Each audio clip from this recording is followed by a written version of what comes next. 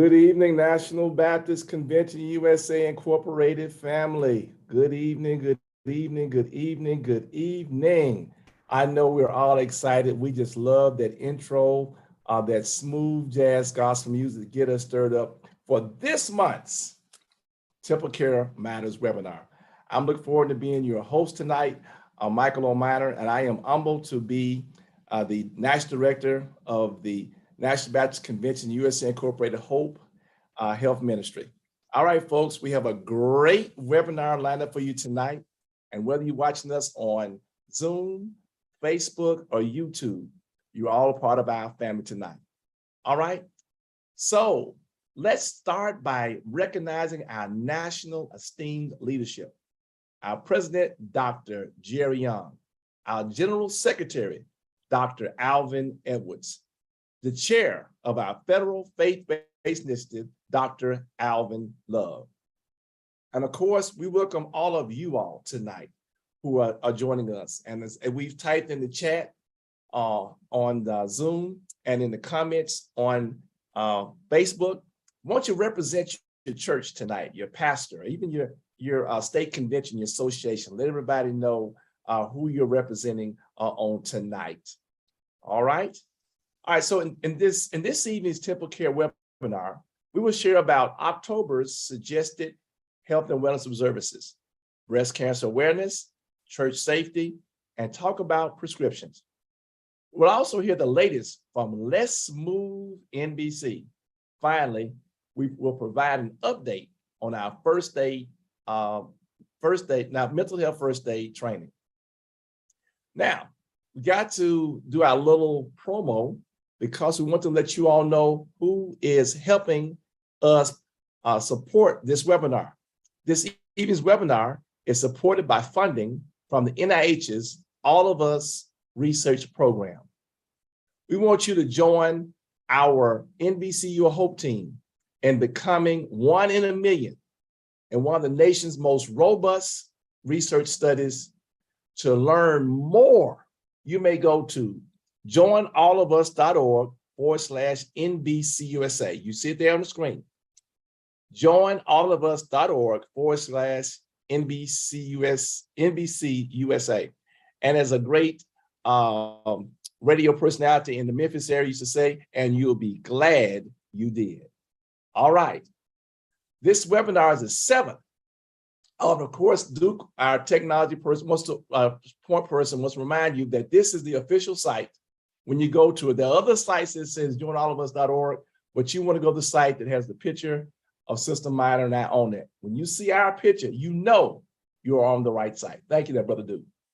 Now, this webinar is the 7th of a series of First Tuesday TempleCare Matters webinars that have been evolved into hybrid events with virtual and in-person watch gatherings at our local NBCUS congregations. We're hearing how people are sharing it in their churches, in their homes, and we're just thrilled that you all make this a must-see, a must-do opportunity in your churches. So that just warms our heart.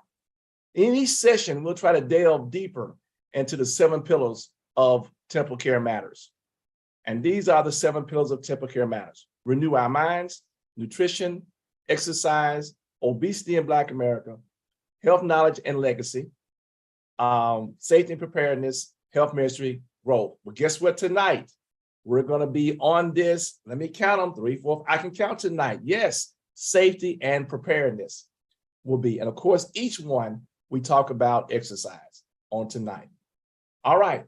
Now, before we introduce this evening's dynamic panelists, we want to remind everyone about the availability of the COVID-19 booster shots and flu vaccinations.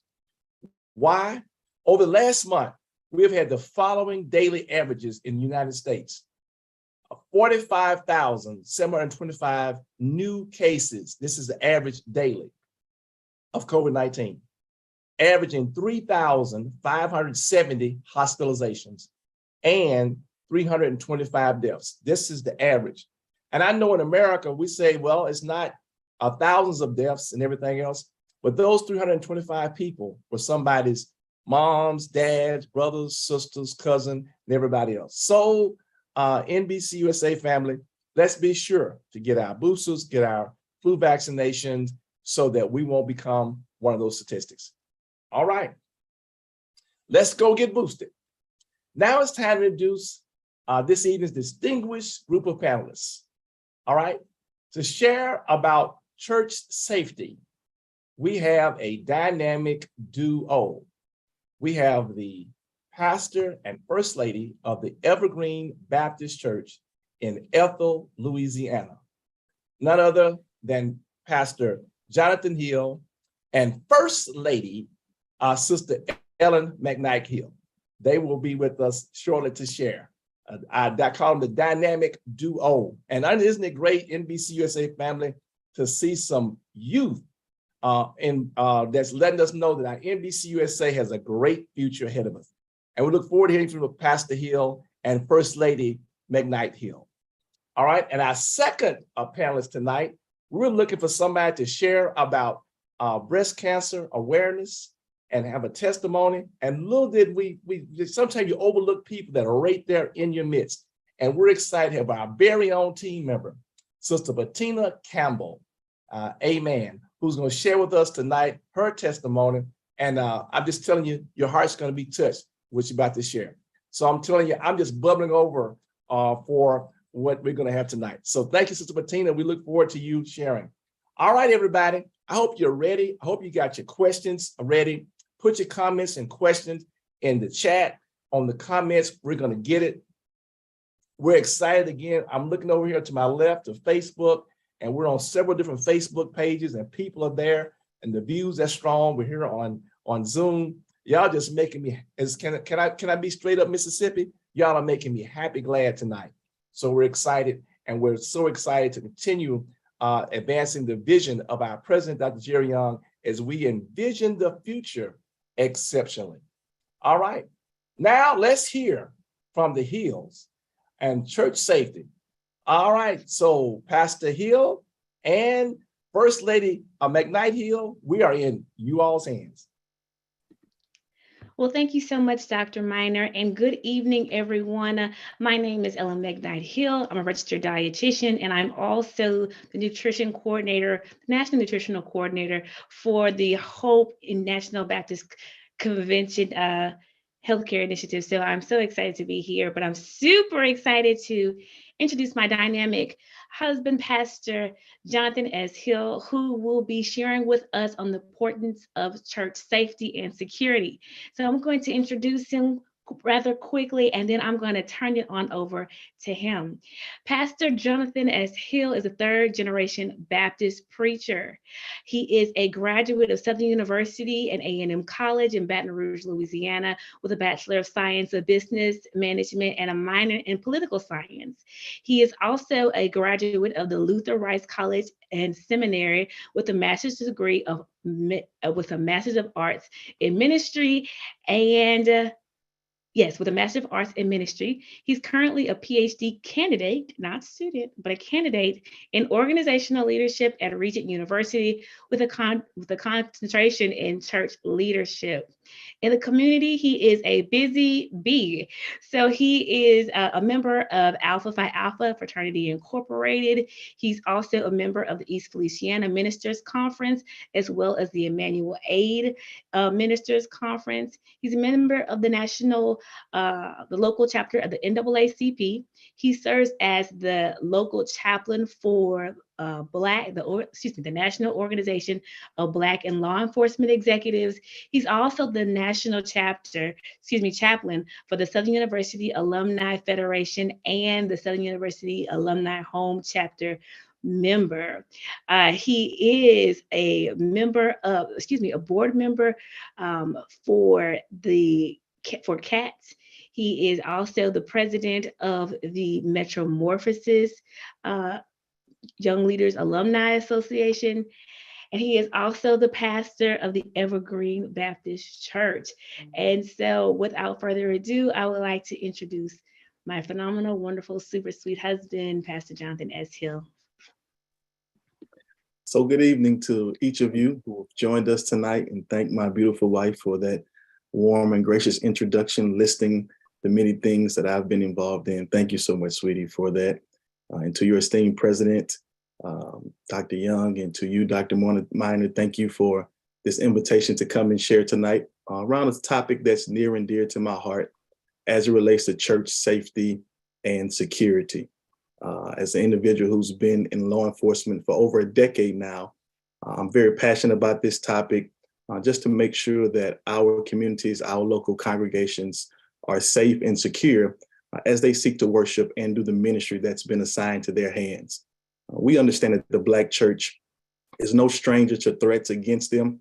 We've seen that from the early existence of, from the inception of the church, even until this present day.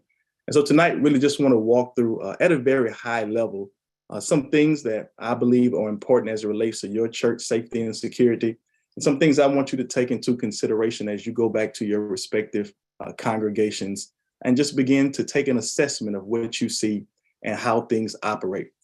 Don't have the time to get into it in depth tonight, but want to give you a few points hopefully you can walk away with that will be insightful and will serve as an enriching time for you on tonight. And so think about church safety and security, and I want to kind of ground this for a moment in scripture. This is taken from the book of Nehemiah at chapter 4. If you're familiar with this passage, Nehemiah has an assignment to go and rebuild the wall there in his community. And as he's rebuilding the wall, he has to deal with some threats that come up against him. And I like the story of Nehemiah because it's one that inspires those of us who enjoy rebuilding, but also those of us who enjoy leadership, structure, and organization. And just reading the 4th chapter and taking a few things from it, it talks about how he had to deal with some individuals who conspired to come together to attack Jerusalem and create confusion. So Nehemiah has to put a plan in place while he's working to do the work of the Lord and seeking to rebuild, to make sure he has the right people in place to deal with the oncoming threats that he will have to take. I like this because they were prepared, not just with things on paper, but they had their swords, their spears, and their bows prepared to go to war. And at the end of it, when you read verse 16, it talks about all of the leaders or the supporters of the house of Judah were behind the plan that was in place. And so I think that's imperative as we think about the plans that we will put in place to make sure that we have some continuity and that our leadership of your respective churches are unified in the effort that you seek to carry out. And so as we talk about really threats against religious institutions, as of late, we have seen them increase. If you look at the statistics according to the Federal Bureau of Investigations, and many times people will ask why and try to gain an understanding of why we are seeing such an increase. And one of the things we've come to kind of understand that oftentimes churches are seen as vulnerable populations. The truth be told, when you come to church, your mind is really not a lot on safety and security. Most of us feel safe going to our respective congregations, our local churches. We don't often think about an active shooter being robbed, things of that nature. But unfortunately, that's a reality that we have to face now in our society. And that comes in all different forms. But also, we know we live in a world where evil is ever present. And there are just some evil people who are focused and committed to doing evil things. So I want to walk through a few high-level things tonight, just to kind of give you a broad view of church security and safety. So the first thing I think that anybody ought to do as you begin to delve into this topic is really do some assessments, all right? And the first thing ought to be an assessment of what I would say is your facility. And I would encourage you just to take a broad view, to walk around your facility, see if you can take notice of things that seem to be peculiar or interesting, and really try to take somewhat of an objective perspective. Most of us know our facilities left and right. If it was dark, we could navigate in them without any light. But I want you to take a step back and really look at sometimes how traffic flows. How do people ingress and egress out of your facility? This became a significant concern at the height of COVID as individuals were trying to return to in-person worship. But I think it's applicable to even church safety and security, right? And so you think about how people, one, can come into your facility. Can they come in with ease, go to their respective rooms or go to their respective seats or where they're trying to get without any hindrance or bottlenecks? But also, can they egress, right? Can people leave with ease? When you think about walking out the front door facility, do you have something or some things that may be in the way that could potentially cause a bottleneck if you had to move a large number of people out of that facility in a very swift manner? Oftentimes, one of the things that I see is individuals will park their cars right in front of the door, right? Some people have been parking there for years. Either they're running late, they feel like it's a VIP spot, but they often don't realize that that can cause a significant hindrance if we had to get a lot of people out of the building at a very quick moment, because people are going to flood the doors, but then it's going to be a traffic jam while they're trying to flow over into the parking lot. But also thinking about that in reverse, let's say that something happens outside of the facility, right? Can you get people inside the facility quickly? All right. And so these are small things that you need to be able to think of. And oftentimes, if you've had a local fire marshal come out and walk your building, these are some of the things that they will make you mindful of as they are walking your facility for safety reasons. But also, if you had to evacuate, right? Are your exit doors clearly labeled? Do you have a lighted pathway? Do people understand the way to evacuate? Do you have people in place to make sure instructions are given if an evacuation has to take place? All right. Are there audible instructions, right? Do you have people in place that can tell people which direction to go in an efficient manner? All right. These are small things that I think are important, because once that emergency takes place, people are going to begin to scatter. But if you've had well-trained people in place and you've had conversations up front about it, it can make a difference in a very significant situation. And another thing I'll throw in there is around parking, right? We talked about parking spots being located in the front door of the church, but also in labeling parking spots. I'm always intrigued when I go places and I see parking spots that are labeled with an individual's name on it. And I think that's an honor. But also, if you have significant security threats, do you want everybody to know that this parking spot is reserved for this individual? Because now I know what type of car you drive. I know exactly where you park, right? I'll have to tell the members at the church, I don't want a reserved parking spot, because just in case pastor's not there, I don't want you looking for my spot, right? To see if my car is there or not, all right? And so these are things that you ought to be thinking about. Now, I'm not telling you to go remove your leader's reserved parking spot sign with their name on it, but maybe the spot could just merely say reserved. Maybe it doesn't have to have a title or a name, right? And you can know that that spot is reserved for that individual, all right? Because if somebody seeks to do harm, then they won't know exactly who that car is for unless they have been significantly casing that facility, all right? But also, how do you assess various events? You've done any assessment of your facility, but how do you look at each individual event to understand the nuances of that event, all right? When you look at your worship experiences, all right, do we understand who's coming, how many people are coming on a consistent basis? Where do they sit, right? Are they bringing certain issues or elements to worship with them that you need to be aware of, right? What is your average attendance, okay? Are there controversial remarks, remarks that could be considered controversial being presented during a worship experience or an event at your church that would draw some attention, or people who may take issue with it, right? Those are things you have to think about. But also, if somebody sees something, what are they supposed to do?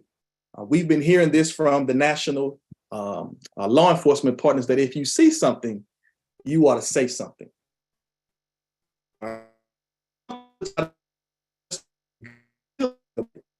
Definitely, parishioners and those who are visiting need to understand that something needs to be said, and they need to know who is that designated individual so they can report it to them, all right? But as you evaluate your services, are there certain services that should be held shorter or longer? I'll give you a prime example. Your New Year's Eve service or your watch night services. Do you consider, if you're going to have them coming into the new year, you start at 10 or 11 because you want to ring in the new year in worship, should you hold that service a little bit longer after midnight to make sure that whatever may be happening externally does not affect your membership, right? Do we need to stay until 12:30 or 12:45? Now, I know that can cause some problems sometimes, but those are just small things that you can think about as you work through your security protocols. But other special events, right? Weddings, funerals, your weekday events. I will tell you that oftentimes in my law enforcement capacity, we get a lot of requests to work funerals, all right? Especially when it has been the person has died as a result of violence. Oftentimes there is a concern about retaliation.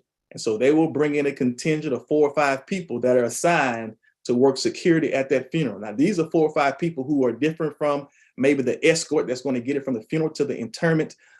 These are just individuals who are assigned to make sure that that event goes off without any issues, to have a significant presence there.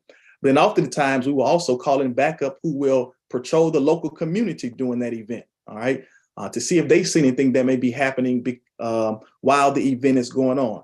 And so these are things just to be mindful of. Now, we never want to give the impression that we don't want people to come, or we don't want the church to turn into a police state where people don't feel safe. But there are some elements that I believe oftentimes we have to make sure they're in place so individuals are safe, all right? But then communication, as you put these protocols in place, who needs to know, what do they need to know, and why do they need to know it? I can't say that everybody needs to know everything, all right? But there are certain elements I would suggest that you share with those individuals who need to know on a certain basis to make sure they are trained and equipped to execute what's necessary at the certain time, all right? But as we talk about security, right, does your church have its own internal security team, right? And I know that can be, that can range for various churches based off your size, and you have to scale that, right? But if you're going to do it, are these individuals trained? What level of training do they have? Do they have some situational awareness? I will tell you that at the height of several large incidents as it relates to places of worship, a lot of people were talking about, we're just going to arm several people in the church so they can be prepared. I don't want to say that's a bad idea, but that raises concern, because if you have not been adequately trained to use that firearm once an incident happened, you can be more of a problem than a help, all right? And so these are small things you have to think about. But also, can your local ushers or greeters really be the first line of defense, where if they see something out of line, they are able to share it, all right? Do you have the ability to have law enforcement, right? Sometimes you need a full-time law enforcement there for every event. Other times it may be something simple as, hey, we have a large event coming on. Do you mind just passing by to do a courtesy visit? So there's some presence. And most departments, if they're not super tied up, they don't have a problem sending somebody to be in the area for an event you have coming up when that relationship has been established. Active shooters. We have seen this just kind of overrun our news cycle as it relates to schools. We've seen several in churches. We know there's really no true profile of an active shooter. The data, we do know that as large as 63% white men who commit these type of incidents. But there are some resources out there with the National Security Council about run, hide, and fight. One of those things, you have to make a decision when that happens, which one you will do. And so they have some videos and resources out there that I would encourage you to go online and look at those resources and see if they're applicable for your congregation and if you're comfortable in sharing them. But then emergencies. What happens if you have an emergency at your facility, right? And let's just take away the notion of it being something criminal or a criminal element. It could be a medical emergency. It could be a fire, right? Do we have people understand what needs to happen? First aid trained, people who can be immediate first responders, all right? Individuals who can assess the situation, bring some calm to it so we can find out what's going on. One of the things I would suggest you consider, especially for those churches who may be in a rural area, what is the response time of emergency vehicles getting there, all right? And so I was at a church recently and they had a medical emergency and they called 911. And the question from 911 was, can you give me the address of the church? And nobody could give the address of the church to get 911 there. This individual had gone into, I believe it was a diabetic coma. His sugar had dropped significantly. But what they didn't realize, because it was just a significant panic moment, was that they had a nurse or LPN who was there in the worship experience, a member of their church, and nobody thought to go engage that person. And so just those little small moments, those details that you can think about on the front end. family emergencies, right? I list this because one of the things that I think I want us to be aware of is oftentimes we've seen a significant increase in domestic abuse situations. And the church is not foreign to this, all right? And so do you have a protocol in place for if there's a domestic abuse situation between a couple and they show up to church, or one party shows up to church and then the other party shows up later, all right? Or if there's been a divorce or there's a issue with the children, right? And one person has custody this weekend, the other one doesn't. And that brings about some tension, right? How do you navigate those moments? And so these are just small tidbits of things that I would hope that we can consider as we navigate the world that we live in with church safety and security.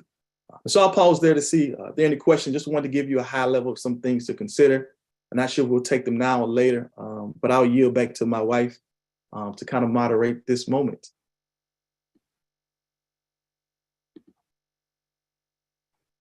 Thank you so much, Pastor Hill. We learned so much there. In true TempleCare fashion, we will have question and answer at the end of this segment. So thank you so much for those jewels. And we are excited about engaging you further in the question and answer period. Thank you so much. Dr. Minor, back to you. All right. Thank you so much, First Lady Ellen. I'm just so thrilled to be able to say that. And thank you, Pastor. I'm going to say it early, Dr. Hill. And I want you all to know that Dr. Hill is working on his earned PhD. And we're just excited for him. And we do have a couple of questions that we'll hear. For those that may leave early, somebody reminded us that this year's Watch Night worship is going to be on a Saturday night. So, all right, but we're going to go on. And we still want to give a little shout out to the Evergreen Baptist Church in Ethel, Louisiana, for having the foresight and the God's guidance to have such a dynamic duo as their pastor and first lady. All right, now it's time for our All of Us Research Program promo. So why don't you go, if you haven't been, why don't you go right now to joinallofus.org/NBCUSA and sign up this evening. joinallofus.org/NBCUSA. All right, so be one of the million for families who have lost a loved one to breast cancer. And also remember, for us as National Baptists, this study is already showing that the most number of people ever in a study with folks with sickle cell, it's mainly with Black people with sickle cell trait. And I'm hoping that in my lifetime, as we go in and we become a part of this joinallofus.org/NBCUSA research study, that in my lifetime, that we will live to see a cure for sickle cell. Amen. All right. Thank you. In October, we will see lots of pink as we observe Breast Cancer Awareness Month.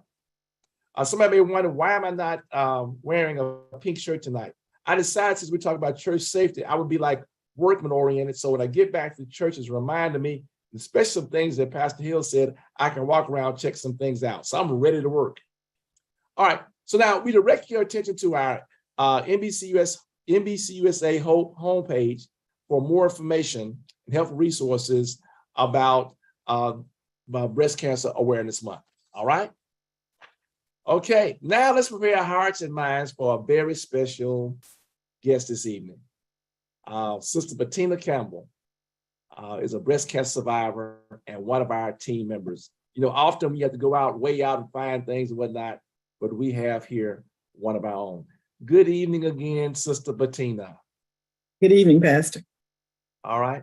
Yes, and I'm also her pastor. All right. The Hill Hernando. Yes. Where we dedicate the service after the benediction. After the benediction. All right. Yes. All right. All right. So and I love what you have in your background here. Wow. The theme behind your head and everything. So I know that you're a I noticed somebody that's near and dear to you put that together. All right. Okay. And I also want to say this is we won't go delve into it deeply in this discussion, but we also know that men do also have a good friend of mine, very good friend of mine, who died from a man died from breast cancer. So Yeah. all right. So let's jump right into it, Sister Bettina. Would you briefly share about your breast cancer diagnosis? Well, I was first diagnosed in April of 2003. Okay. I was on a vacation at my daughter's. I had a mammogram. I'd gone on vacation and was enjoying myself. I never thought any more about the mammogram. And I got a phone call from my doctor out there saying that they would need me to come in and do some further testing when I got back. I said, okay, and promptly put it out of my mind. It was actually when I thought that I was the most healthiest in my life. I was walking and running out. My hair was just growing like crazy, and I was at the right weight and everything, and I was feeling good.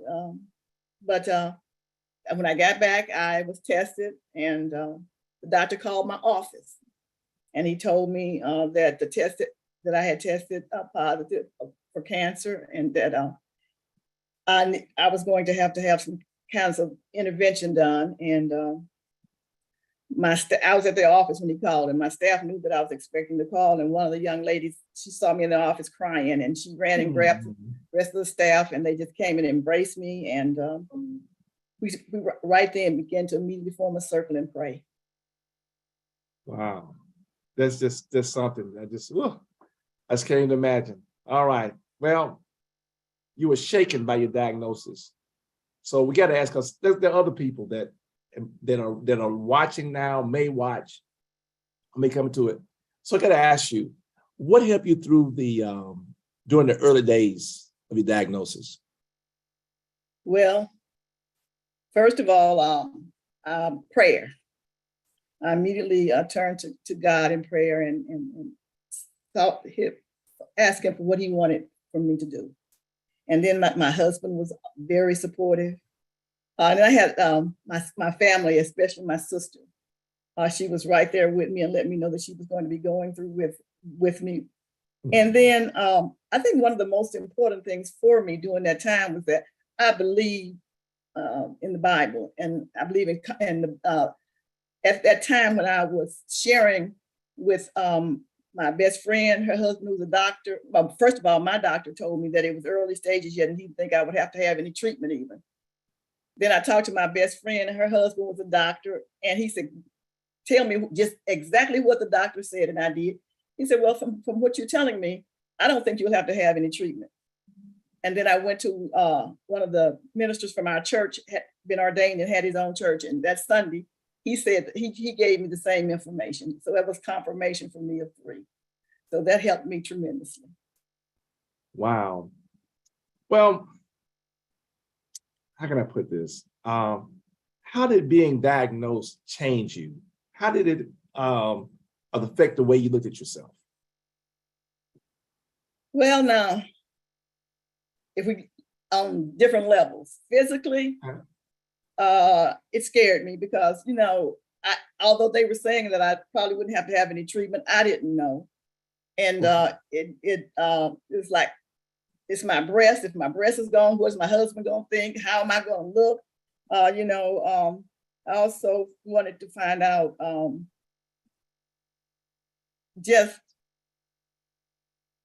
it changed me in a sense that spiritually, that it made me want a closer walk and develop a closer walk with God, understanding. And then it helped me also to know that I wanted to share. I think one of the things that affected me the most during that time is that I told you I had my sister who was very helpful, and she came and told me one day that her friends were praying for me and her church was praying for me, and I was just outraged because this is my diagnosis. Who told you to share my diagnosis? I didn't give you that permission to do that. How do you know I wanted anybody to know? And God spoke to me and he said, if you're not going to tell anybody I heal you, why should I heal you? And I'm like, okay, Lord, I'm with you. I'm going to tell the world. So. Oh, wow. Well, where did you turn to? Again, I turned first to God, and then my wonderful husband. He was just everything that I would hope that a husband would be at a time like that. My children. I had some wonderful friends because I had by that time had been a medical social worker for a number of years.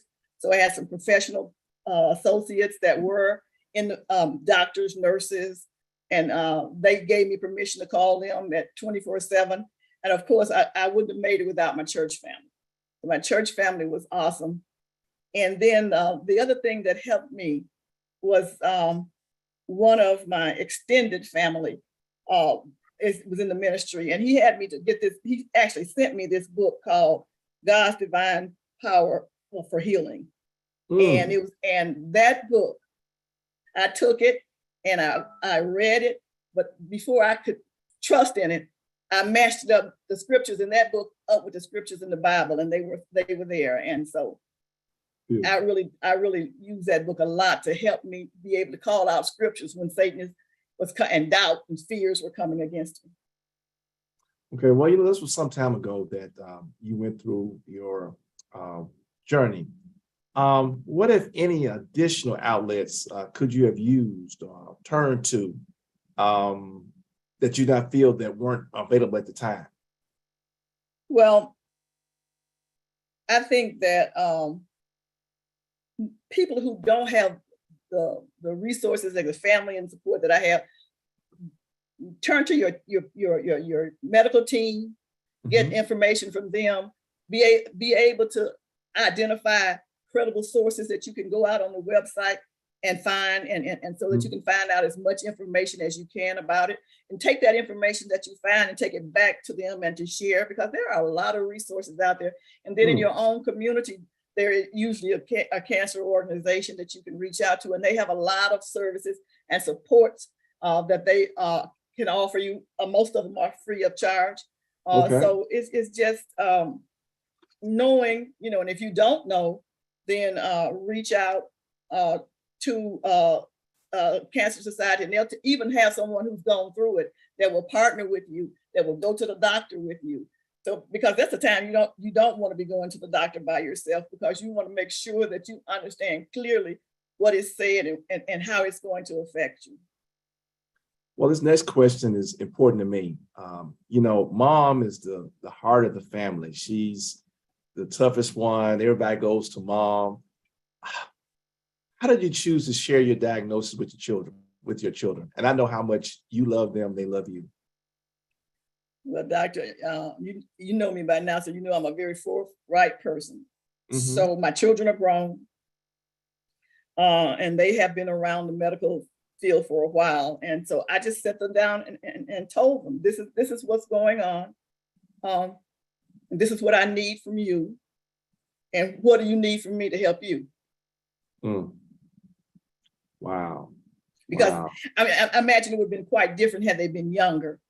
But again, they were grown, and they understood, and they knew, and also were very familiar with different methods, resources that they could use to be able to better understand. Okay. Well, all right. Well, let's get down to the nitty gritty. What sort of treatment did you receive?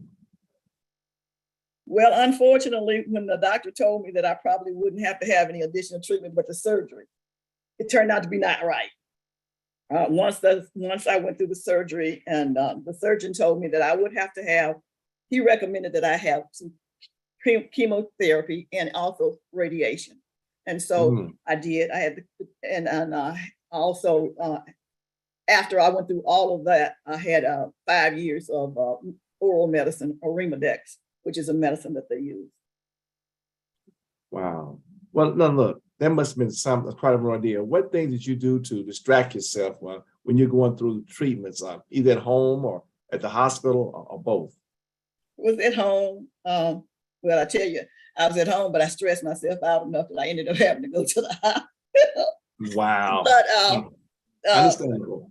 But once I, like I said, really got into the track that I had, I really got into the Bible, and I started studying.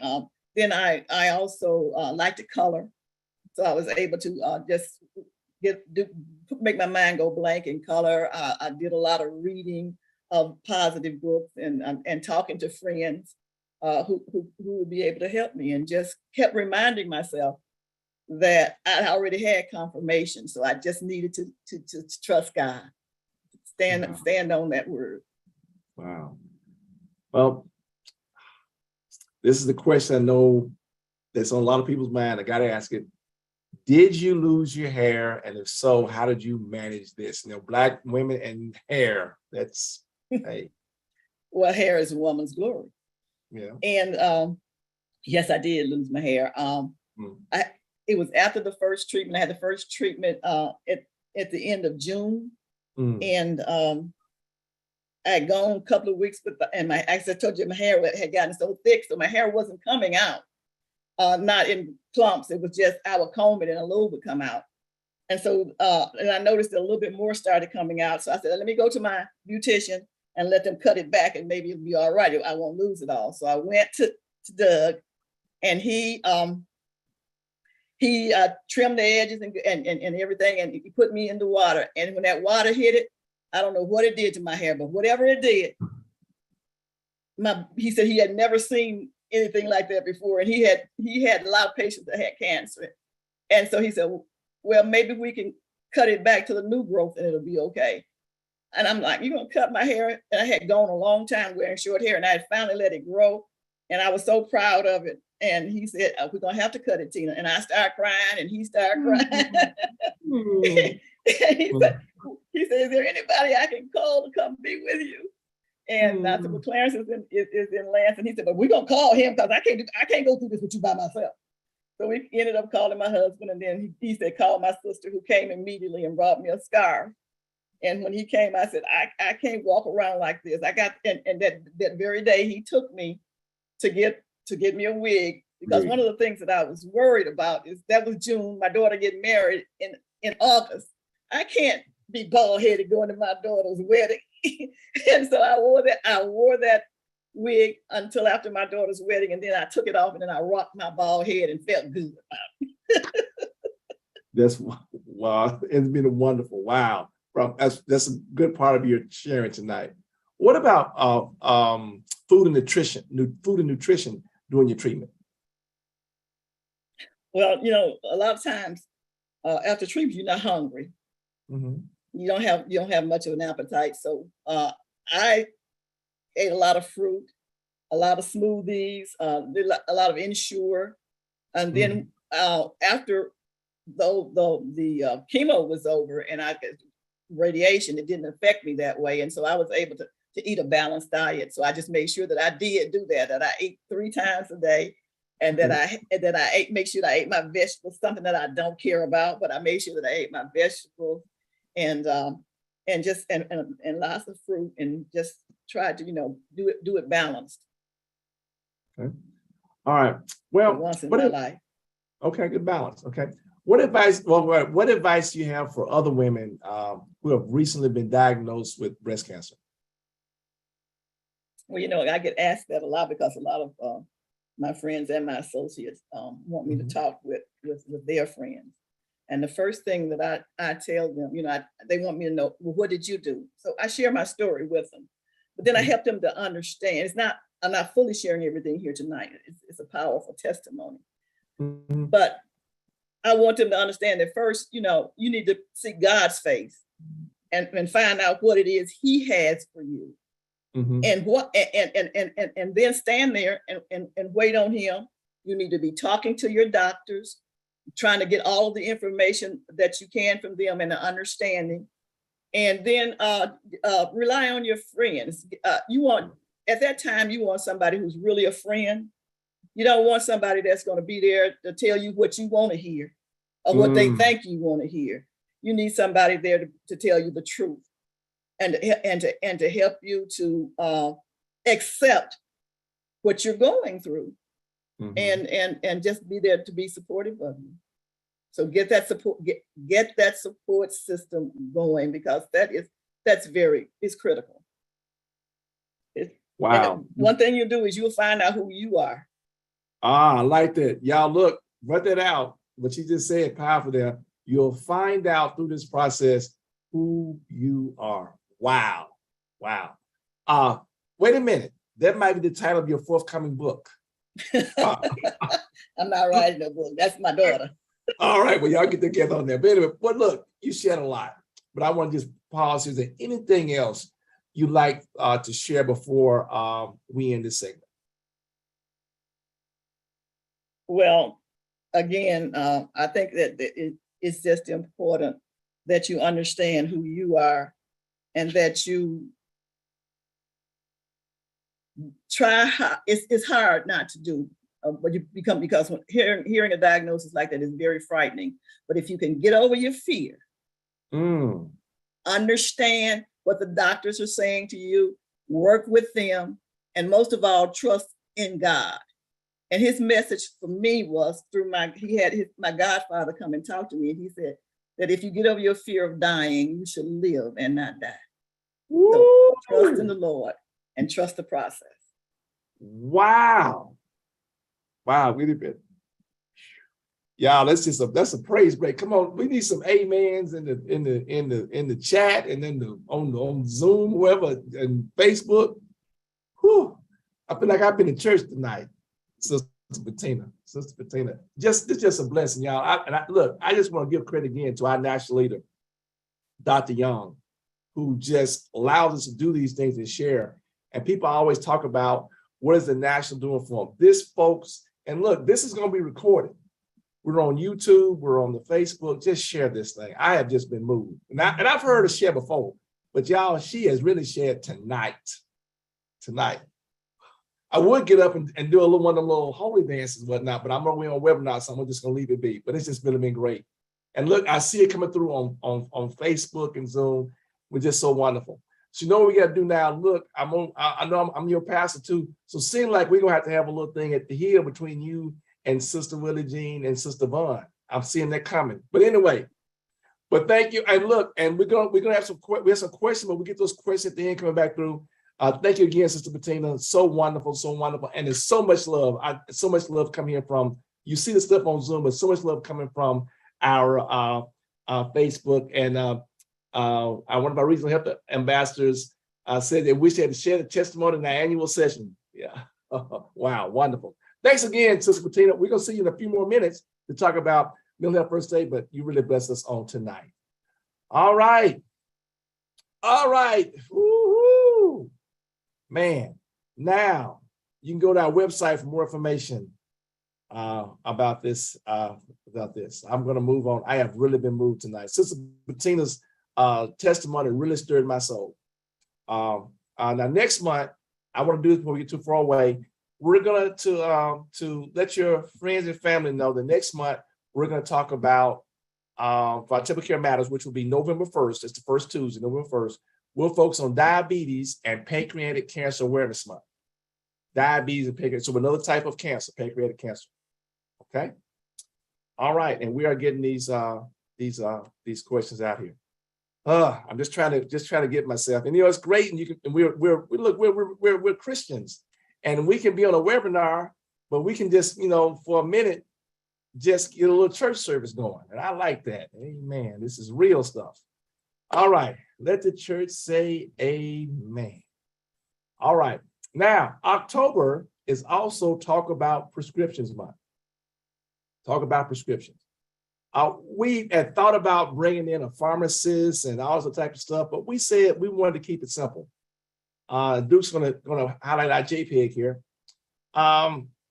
We want to just hit at you 5 questions that we want you to make sure that you be able to ask your doctor or nurse practitioner. There we go. How and when do I take it, and for how long? Even, we think when we go to the pharmacist, it's going to be on the bottle. Sometimes they may be a little different. We should ask right when we are there with our health professional.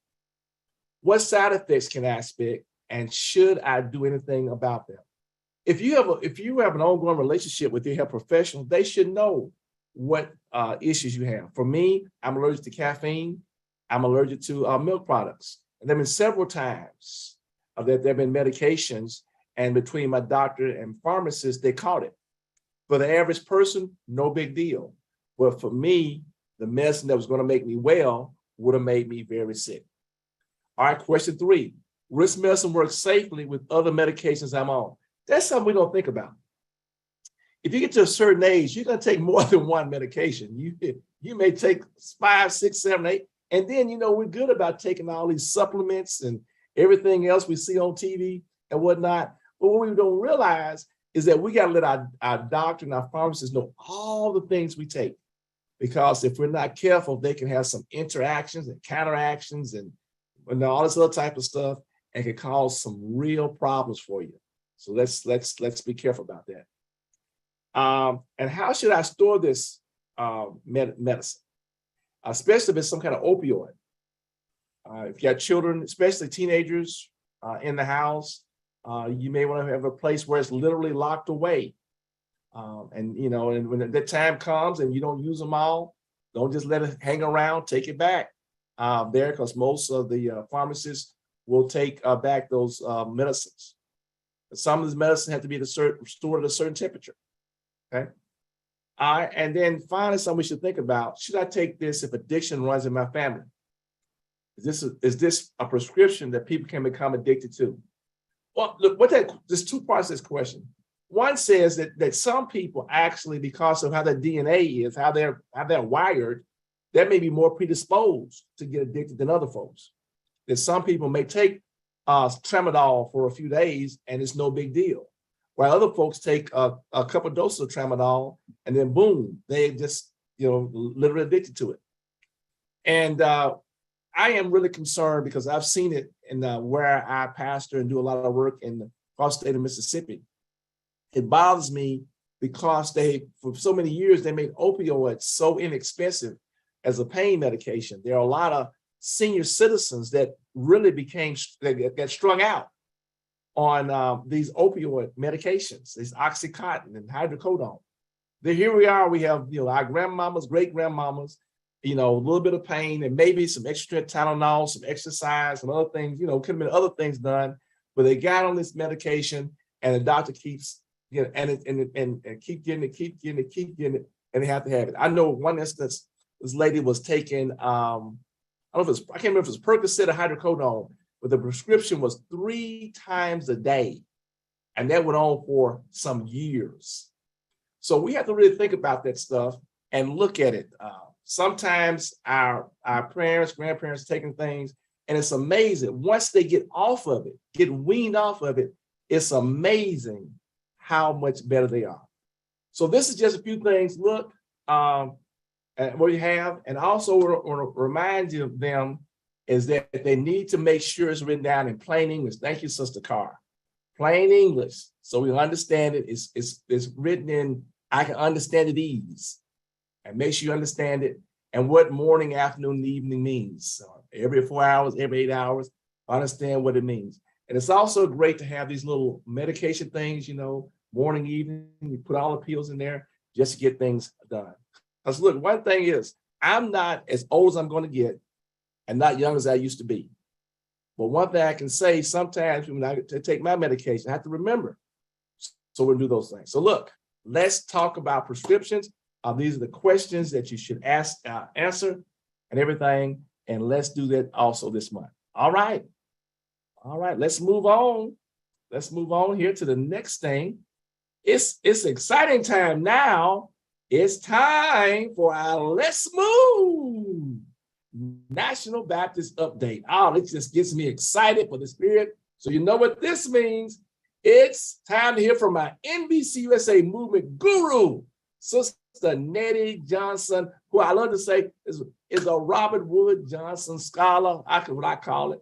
I'm just so honored to be in the midst of a person that got such a high honor. And amen. Now, she's going to share updates about Let's Move National Baptist. And of course, I know what you've been waiting for.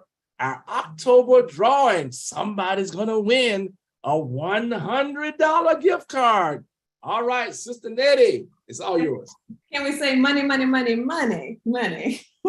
Well, this has been a tremendous webinar. Literally everything that has been shared so far is actually life-saving or gives us something to hold on to when we're going through. So thanks to everybody that has shared thus far. Y'all, really quickly, we're just going to go through and talk a little bit about what's going on with Let's Move National Baptist. I don't know if we have slides that are available. If we do have them, if we can pull those up really quickly. We just want to, first of all, welcome the new members that have come through to Let's Move National Baptist. We've had several new members to join in September, and we are always super excited to not only have the continued engagement of those that are in the program, but others that are stepping up to say, I want to keep on moving for my health. So we want to welcome all of those. We also want to give you a reminder to remember to put in your activity. On the next slide, you'll see a screen that reminds you of that every month, at the end of the month, the beginning of the month, we're asking you to share information about your movement in the prior month. Now, y'all, it doesn't matter if you moved meaningfully 3 days, 5 days, or every day that month. It doesn't matter. It doesn't matter if it was 5 minutes or 10 minutes. Every bit counts. I want to share a quick story. A couple of the participants emailed some prayer requests, one having a back problem, another had some challenges from a spinal surgery that they had had earlier in the year. And so this past month, they were literally not able to move. For that individual, y'all, 4 or 5 minutes of moving the toes, or when they were able to get out of the bed, that was a hallelujah moment. And we want to celebrate and support and encourage one another in whatever meaningful movement you do. So remember to put that in. It also is important because y'all participation can pay. So this is where we get the individuals from the drawing. And if you happen to miss these drawings, still put your data in, because everyone that has moved meaningfully 100 days or more by the end of the year, you're being blessed as the physical benefits that God is granting, but you will also receive a gift from Let's Move National Baptist at the end of the year. So make sure you get that in, because it does count. One other thing that we do want to update on the next slide is we want to let everybody know that we have reopened our private Facebook group. So this is a place where you can come in and share everything from celebrations to prayer requests to helpful free resources to calls for an accountability partner. These are things that we're sharing via email back and forth through the team and also on our open hours. So this will give us a place, your space, to discuss all things in faithful fitness. So if you're not a member there, you can go to the link bit.ly at LMNB-FG. That's for Let's Move National Baptist Facebook group. And we would love to see you over there for additional and more regular sharing. On the next slide, we just want to point out a connection. Sister Bettina, she shared so powerfully and for real. I mean, Dr. Minor, I totally understand what you were saying. So, soul connection from her experience as it relates to breast cancer. And like many things, African-American women, we do have a disparity as it relates to this disease. For Black women, it is the second leading cancer cause of death, second only to lung cancer. And although white women and Black women do get breast cancer at about the same rates, Black women are 40 times more likely to die. So knowing that fact, and again, for Sister Bettina to share that God said, yes, you shall live. Again, that was so powerful. Yeah, but there are things that we can do. And I just want to lift that exercise in some way can help. There are numerous studies that do indicate that women who get regular exercise can have anywhere from a 12 to 21% lower risk of breast cancer than those that are not physically active. It's not, a fail-safe, but it is something that we can do to encourage or to protect or improve our health. And so we want to encourage people to move, but we also want to lift just 3 quick things that we can do to help through activity to also support the breast cancer awareness and advocacy. The first thing that comes up on the next slide has to do with Susan G. Komen Foundation. Let us know in the chat or in the comments if you are familiar with them. They are the world's largest nonprofit source of funding for the fight against breast cancer. And prior to the pandemic, they always had all across the nation charity walks or runs to raise funds, awareness, and advocacy, and those are coming back. We offer that perhaps you might want to check at Komen.org to see if there's a local group that has an affiliate that is having a walk or a run in your particular event. It is a phenomenal health ministry event to get together and to have that fellowship out in open air. I noticed in the comments that Sister Jacqueline Harris mentioned in the chat when Sister Bettina was sharing that her church ministry is getting together to do a cancer walk. Praise God. So you can bring in exercise with awareness, advocacy, and fundraising. If there's not one in your area, Coleman is having a walk where you are on October 29th. So they're encouraging people wherever you are to raise awareness for breast cancer, kind of like we wear pink. They're encouraging people to get out, walk, run, do whatever you can do on that date. And if you do, please do let us know. Share some pictures because we want to celebrate and encourage you. On the next slide, just a couple of additional things that can tie into this is the Sisters Network, which is the nation's premier African-American breast cancer survivorship organization. And we encourage you to take advantage of many of their information, webinars and things like that, as they focus very specifically on African-American breast cancer in their advocacy and their education. How about listen to one of those webinars while you're taking a walk? So that's another way that we can lift it. We also want to lift that BRCF is the largest medical organization that does research on cancer. And so that is another source for information if you want to learn more so that you can equip yourself about doing your exams and some of the questions that are coming up, in addition to talking to others and being connected with resources that can help you out.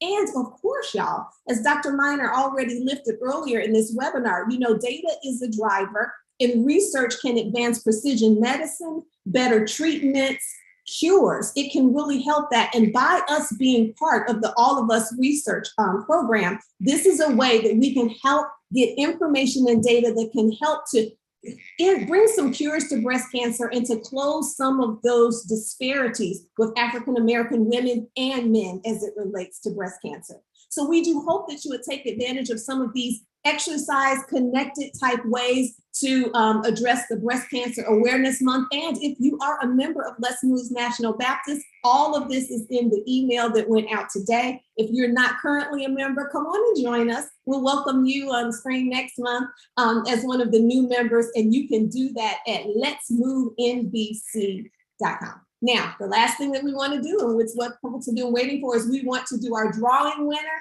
And the drawing, again, it comes from individuals that do report they report the number of days that they did any kind of meaningful movement or activity on that form, right? So if they did 1 day, they got 1 entry. If they put in 20 days, they got 20 entries. And you also have to be present on the webinar today. We want to thank everybody that did turn in their data. Some people are doing some really good movement. And y'all, with our drum roll, our winner for this month for your $100 gift certificate is Sister Sharon Clark Edge. Sister Sharon Clark Edge, congratulations. All right, Sister Sharon Clark Edge. Let's see, can we pull her up here? She must be down at the bottom. Sharon Clark Edge. Do we have her here? Comments, somebody said they forgot to turn theirs in. That's okay, turn it in anyway. Remember, there's a prize at the end of the year for everybody with over 100 days. So do we have her? Here it is. Is that Snalasha? We're trying to. Yes, she is in.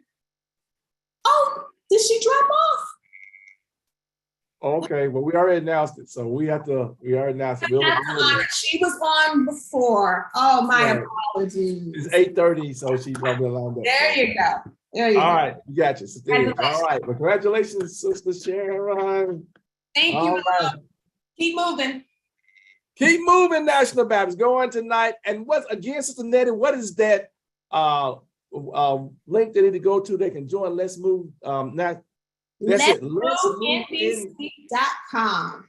And look, Sister Nettie reminded me, y'all think y'all gotta run, you gotta walk. Look, if you have just had a procedure or something and you're in a wheelchair. That's right. If you just can move your fingers. Come on. Just move your head a little bit. That's what it means. We just want our National Baptist Convention. We want to get moving, y'all. All right. Thanks, Ms. Nettie. She always brings so much energy and excitement. Until next month, and we'll find out who the winner is. All right, everybody. All right, so look, we get a chance to have a double dose tonight of Sister Bettina. She's going to come back now and she'll give us update about our mental health training of efforts. Once again, Sister Bettina Campbell. Thank you. Everyone, you've been waiting patiently for us to schedule a new adult class, and we finally got that scheduled for Saturday, October the 29th from 9 to 4 p.m. It is a Zoom, and it is for the mental health first aid for the adult classes. So if you're interested, please send me an email, and I'll put my email in the chat, or you can call me, and I'll have both of those. I'll have that information in the chat as soon as I finish. And again, it's October the 29th from 9 to 4. And mental health first aid will teach you how to assess for risk of suicide or harm, how to listen non-judgmentally, how to give reassurance and information, and encourage appropriate professional help, and encourage self-help and other support strategies for those people who may be suffering from a mental health crisis or a substance use crisis. So we want you will enjoy the sessions, and you will have the information that you'll be able to help not only your families and your friends, but your church family. So if you have a health team, it's very appropriate for them. All right. So it's October 29th from 9 a.m. to 4 p.m. Central Time? October 29th from 9 a.m. to 4 p.m. on Zoom.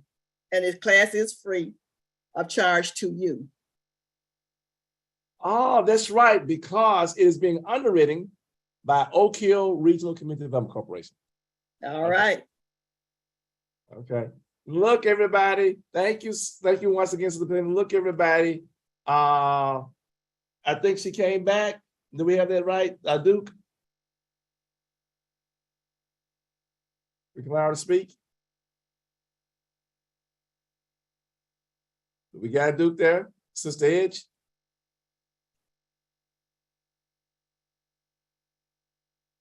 We're trying to, there she is. Sister Edge, Sister Clark Edge, Sister Sharon, if you can just hit unmute. Or unmute. Hi, yes. I'm here. I'm here. All right, congratulations. What's your church home, pastor, city, and all that good stuff? I'm Deaconess Sharon Clark Edge from New Hope Baptist Church in Hyde Park, Massachusetts, where my pastor is Reverend Kenneth Sims. I heard that accent. Well, I lived in Boston for about a decade. I went to Union Baptist Church. They're on River Street in Cambridge. Oh, I know Union. Yep, I know Union. All right, that's good to get some good old Boston folks. So congratulations. We thank you. Look, encourage some more folks up in there and make something happen up there in Beantown. Yes, in Beantown. Thank you. Oh, thank you. All right, everybody. There we got on. She was doing it both places up there. So thank you, Ed, and congratulations. And we know Netta has the contact information. So we are grateful. All right, everybody. That sounds good. Okay, we've covered so much this evening, but the best part is coming now. We want to hear from you. You may type in the chat or raise your virtual hand. We've got some questions already. For those watching on social media, we'll do our best to capture your question. We got some of them already. Once again, want to give thanks to our All of Us Research Program for being our major funder for this activity. And let's not forget our October marketing updates. Again, National Church Safety and Security Month, National Breast Cancer Awareness Month, and Talk About Prescriptions. Amen. You'll find additional information and resources on our NBCUSA Hope webpage. That's www.hopenbc.com. And we actually are evolving. We have an app that has even more resources. So you go to the webpage there, you can go there and sign up for our app, and we get push messaging in and additional information. We're reminding about two big upcoming events for our National Baptist Convention. November 28th, 29th, and 30th, the Sunday School Publishing Board Educators Conference at Gaylord Opera Land in Nashville. It's the premier event for Christian education leaders across our denomination. We have a great set of workshops, seminars, and classes there. Gaylord Opera Land is a great place to be. Amen. Registration is still open, November 28th, 29th, and 30th. Go to sspbnbc.com for more information. But November 28th, 29th, I'm going to be there. And several of our team members are going to be there. And we're going to be sharing some things about hope as well. And then on January 9th through 12th, we'll be at our midwinter board meeting. Midwinter board meeting in Birmingham, Alabama. We're going to have our board meeting on that first day. And then Dr. Young has said that we're going to have other activities throughout that week. So January 9th through 12th, all roads will lead to Birmingham. Amen. The Magic City there in Birmingham, Alabama. Now, you can go to our website, our Facebook page of National Baptist Convention USA Incorporated Hope Health Initiative. We also post to the Parent Body Facebook page. We're on Twitter at @Hope_NBCUSA. We're on YouTube, NBCUSA Hope. And if you'd like to enroll in any of our training or anything we have, you want to get some information from tonight's webinar, just email us at info@hopenbc.com, info@hopenbc.com. Duke's going to type in, or Sister Copper, the link. We want you to take our survey. Amen. As my late godfather was always saying, the biggest room there is the room for improvement. So take that survey and provide us some constructive feedback. Okay, like everybody do it. Okay. All right. We're going to go back for our question period. So we're going to bring back first the Hills so that they can, we have a couple questions we know, and they will respond to those questions. All right. You're all up. Thank you, Dr. Minor. Hey, So the hey. first question, and it reads, do you recommend that churches have security guards or teams in the church and on the grounds? So Pastor yes, Hill. I do recommend that. And it may not be in a formal sense as one would consider a security guard, but I do think you need individuals who have some training and are aware of certain security measures. Yes. Okay. Second question, how late do you have service and still have members come back for Sunday school and morning worship? I'll read that again. How late do you have service and still have members come back for Sunday school and morning worship? That's for watch night. That's for watch night. Watch night. Yeah. Okay. So I think that's germane to your local community and context. You know, I would probably recommend no more than 20 to 30 minutes after midnight, you know, and that's even stretching it. But, you know, I would look at that window when you know that, and I say that really largely because you have a lot of people I know in my community who shoot in the air, right? Fireworks at the strike of midnight. And typically they'll do it for about 10, 15 minutes. And so I always suggest that you not be out during the top of the hour, right? Those hot moments. And so no more than 30 minutes, because I know the members will get restless just kind of hanging out in there. And that would be my recommendation. Okay. Dr. Minor, you were saying something? I just said one other question there was saying that they feel like maybe you probably do this for a living. Do you have any contact information if you could be consulted about doing some workshops for churches? Sure, yeah. You can reach out to me at that's JS Hill, and I'll drop it in the chat as well. There you go. All right. I'll just drop it in the chat. That way it'll be better recorded for you. You put it in the chat, and I'm gonna put it out in what you call. So now look, National Baptist folks, I'm just gonna be frank. Now, this young man is a professional. He's got good information. Now, when we contact you, don't talk about how he can do you a favor. Amen.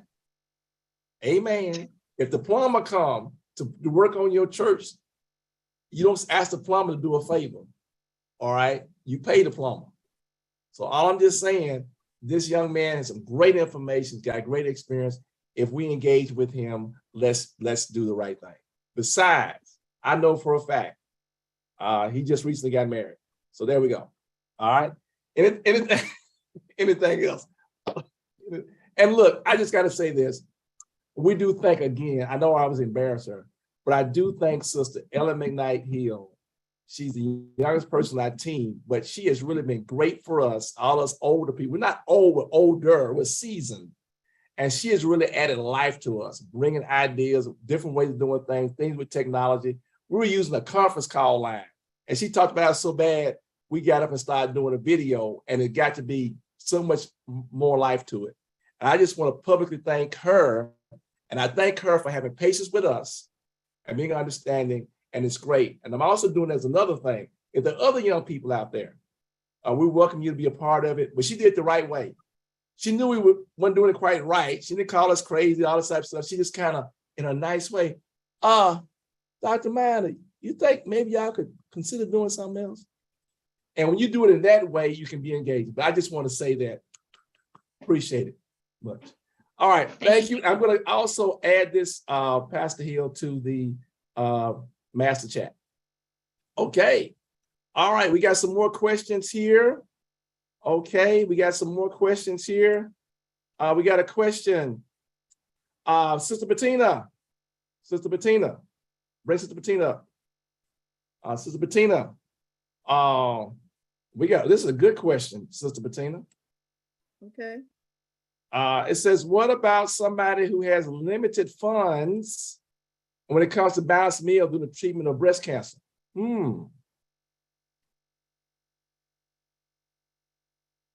I'm not sure what do they mean in terms of buying food or preparing food? I think things that, in other words, you don't have the kind of money to buy these balanced meals and whatnot. What are the suggestions? What can you do? Well, if you don't have the money to buy the food, you can. Well, I'm going to take this and say that you can probably reach out to your church family to ask them for some assistance with help getting some food. You can also reach out to the Cancer Society that's in your area. They may already have a pantry or something going. And there are churches that do have pantries, or there are other food pantries that are in the community. We just have to learn what the resources are in your community. And then I'm sure if you reach out to the Cancer Society if that's in your community, they would be able to help you, or perhaps the health team at your church might already have that information for you. All right, and I'm on a couple of national boards, one with the American Cancer Society, one with the American Heart Association, and they do have resources available. I think when Sister Bettina said it earlier, I think one of the things we got to do as congregations, National Baptists, reach out to your local chapters, those places, and our post-saints offering. Benevolent. I always joke to call it post-saints because you gave us so little money, they're still gonna stay poor. Anyway, benevolent. So one way we can do our benevolent offerings is that we can be of assistance there as well. Also, I think, is that it? Of course, somebody has also asked, are people enlightening regarding the aluminum in deodorants being cancerous? So that's new. So is it, I'm not sure just how enlightened people are on that. In fact, I know the doctors didn't tell me when I had cancer. I had to do some research. And fortunately or unfortunately, when I was going through, one of my close girlfriends was also going through the cancer, and she cancer treatments. And so she was able to get that information from her physician, and she shared it with me. And then I've been able to share it with others. Okay. All right. And look, we do have one thing I forgot to share with you all. We have to update our, we apologize, we didn't have our toolkit like we normally have for Breast Cancer Awareness Month. It needs to be updated. So if you're interested in helping us to put that together, just email info@hopenbc.com. Since we work with Sister Bettina, we want to get a brand new one up for next year.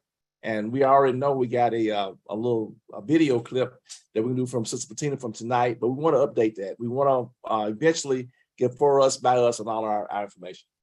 Okay. All right. Somebody asked me about the training. Is it public at large training? Yes. Sister Nettie will respond to that. I think it's all the questions we have. Did I miss any other questions? Duke, I'm checking social media. I think I'm good. All right. Don't forget to do the link on the survey. Okay. All right. Well, thank you, Sister Bettina, for that. And I didn't see any question for us about prescriptions. Okay. Well, this concludes our Q&A part of the section tonight. Okay. All right. All right. So we appreciate the tireless work of all of our NBCUSA Hope team. Yours truly, Dr. Michael O'Miner, Dr. Desi Levy, who helps co-leads our All of Us research program initiative. My wonderful wife, Lottie Miner, Sister Bettina Campbell, Pastor Destin Mulroney, Sister Ellen McKnight, Dr. Felisa Washington, Mr. Geraldine Moore, Sister Loretta Miller, Dr. Lavora Williams, Sister Nettie Johnson, Dr. Marion Talley, and our super duper tech extraordinary, Brother Thomas Duke Robinson. And of course, we are so grateful and thankful to God for our wonderful 7 regional coordinators who are doing an outstanding job. Amen. And you go to our website in your state and connect with your hope. That's right. Each region has a hope, and it's the same region as the publishing board. In the Northeast, Pastor Daniel Blackburn. In the Southeast, Sister Brooklyn Rogers. In Southwest 1, that's the best one because that's where I am, Pastor Bernard Montgomery. Southwest 2, Sister Linda Copper. Holding down the Midwest, Sister Teresa Bales Farr. In the West, Sister Norma P. Jackson. And in the far West, out there on the West Coast, Pastor Richmond Johnson. Your Connect Today with your Hope Regional Coordinator. Now, we know that some of you all have additional questions or comments, so we'll formally close today's, this is a worship experience tonight in just a moment. We're gonna open the mics for a general Q&A session. We hope to see you on Tuesday, November 1st for our next TempleCare Matters webinar. Once again, we acknowledge our president, Dr. Jerry Young, who reminds us to envision the future exceptionally.